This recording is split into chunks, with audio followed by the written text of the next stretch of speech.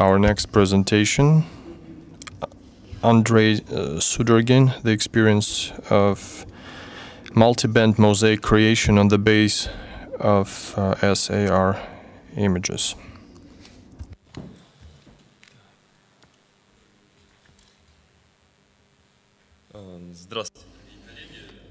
Good afternoon, dear colleagues. Today,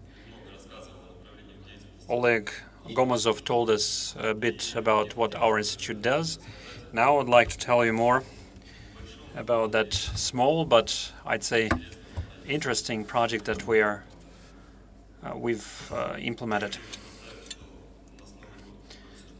You understand that our new year were combined with the Rakurs conference. Last year we were doing aerial imaging in SAR band. It was a pilot project for a small district.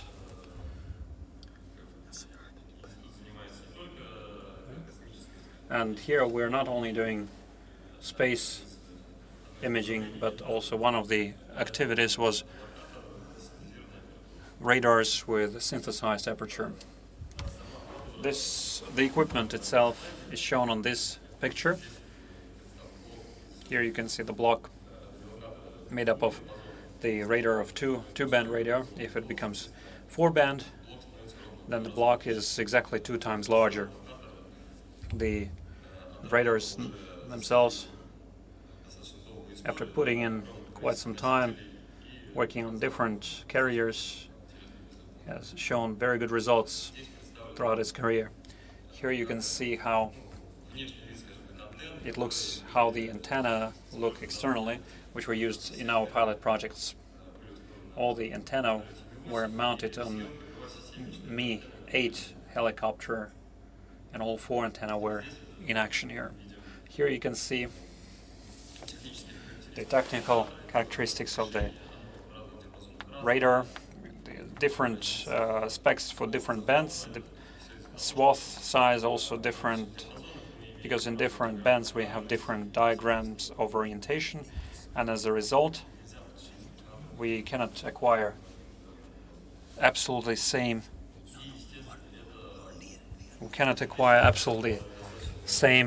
images, which creates additional difficulties if we want to acquire the overall mosaic, with the precondition that the image of different bands would be combined with each other, which is very important for the subsequent use of this information. And here, very briefly, I've demonstrated to you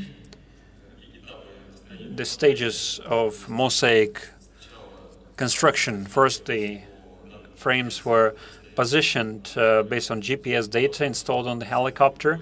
Then we were looking for the ground control points, and to achieve the precision required by the customer, we needed quite a lot of the ground control points. The second stage was the combination or comparison or collation of these bands with each other.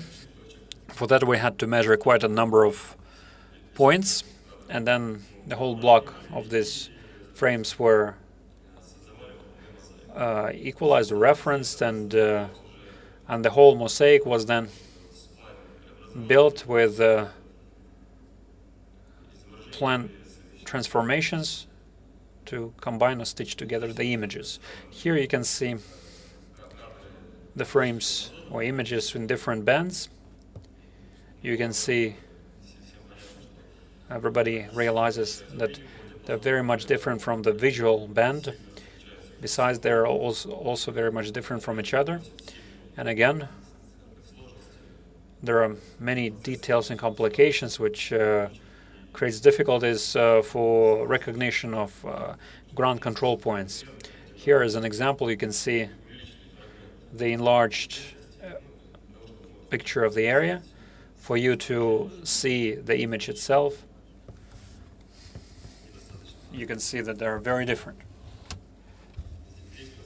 Here we demonstrate the area of the imaging and the contours after the georeferencing, and the corner I have specifically highlighted the problematic frames because the imaging was done from the helicopter, and the helicopter doesn't fly along the direct line, unfortunately. As a result, the vectors of some frames are quite distorted, which can lead to the need to increase the number of ground control points. Here you can see a fragment of the completed mosaic, and for you to understand that even despite the fact that the input information has quite a considerable geometric distortion as a result of the work, we still have rectified it. Now, at the conclusion of my presentation, I would like to say that upon completion of this work, what are our expectations for the future to make sure that the next project of this type would be less labor-intensive and more rewarding for our customer. One of the main directions of improvement or rooms for improvement is application of inertial systems of navigation to more precisely identify the positioning during the imaging session. During one single image frame, it takes about 5 minutes to do the imaging. It's very hard to use some approximation methods to calculate the positioning of the craft within 5 minutes. Is too much for the calculation system. Also, to simplify the work of the operator, we'll look at different algorithms to identify the ground control points, but unfortunately, in the visual band, the world community has achieved very commendable results, but in the radar band, no sustainable results have been acquired yet. That is why we have to collate and compare different bands of the radar imaging. Then, again, the difficulty on the location of ground control points, we need to automate this process as well.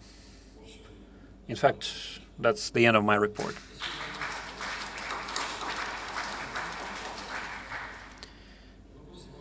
Will there be questions for the speaker? No questions. Then let's give him a big round of applause. Wish him success.